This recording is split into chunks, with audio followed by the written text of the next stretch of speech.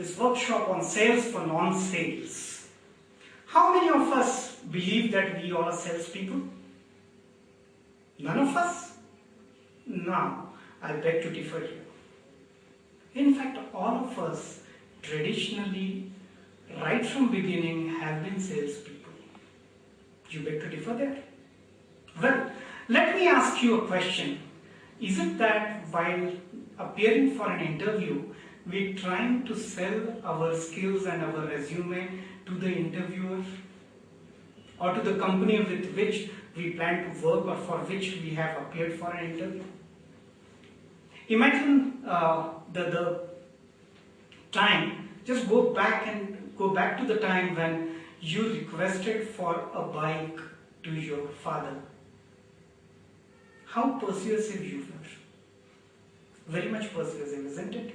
You explained all the best features about the bike, the necessity of the bike, why you need that particular bike, so on and so forth.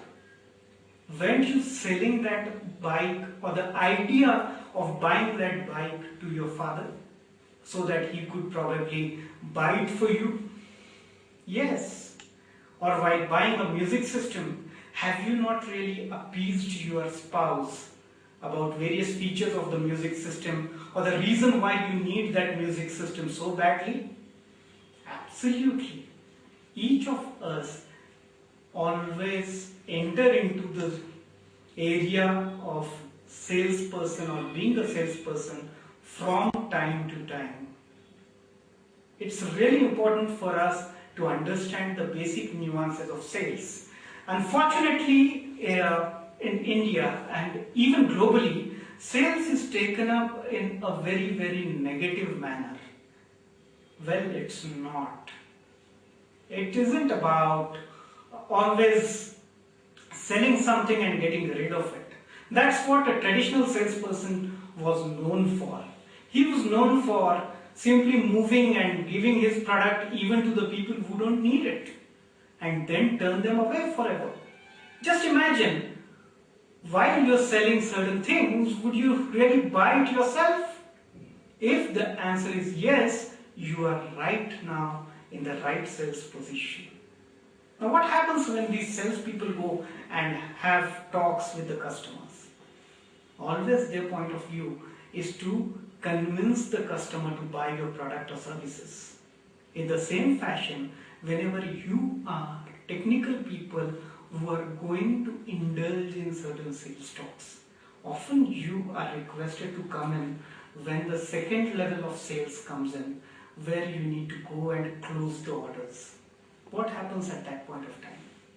The salespeople have made the first sales pitch, you go, you act as somebody called as a consultant. When you are coming as a consultant, the customer takes you as somebody who can understand his needs, and he opens it up, looks upon to you for guidance. Now this is where the actual sales happen. So in a nutshell, each of us are salespeople. When he treats you as a consultant, for customer you become a god.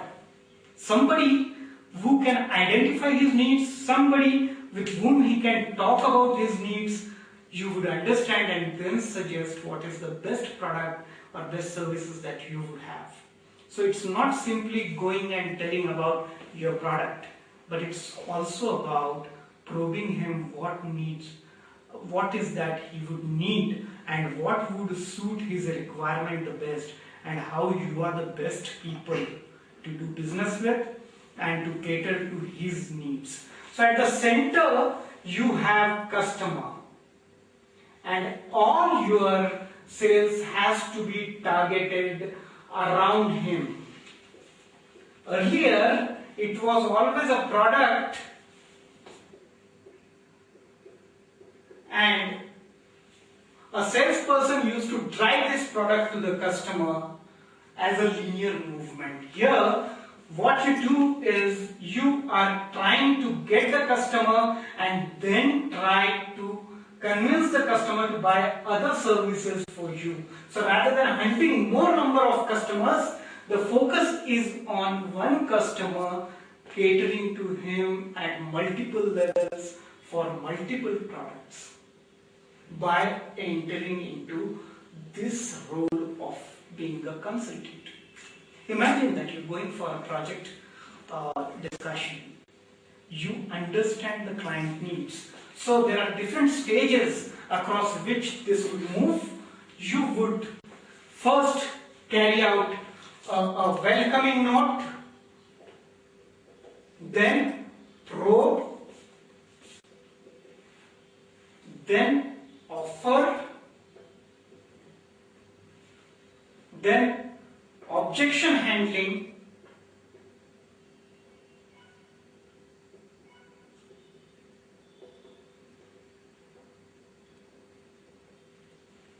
then you would trial closing, you will trial close it, and finally you would close it. Normally, in the traditional sales model, this closing is taken up as the end of sales process, whereas for a consultant who is a salesperson or a consultative mode of selling, this is the starting point to build multiple relationships with the same customer and explore him as one of your star customers. Remember, it's always important to have one satisfied customer, because one satisfied customer would bring in one more. However, one dissatisfied customer would drive away 10 potential customers. Now, would you want that to happen? Definitely not. So rather than selling him any product for your benefit, you would look at the customer's benefit at the central periphery, and then around that your entire model is built. Goes to tell us a very famous statement that our own father of the nation, N.K. Gandhi, made. He said, customer is not the means, but the very purpose of the existence of any business.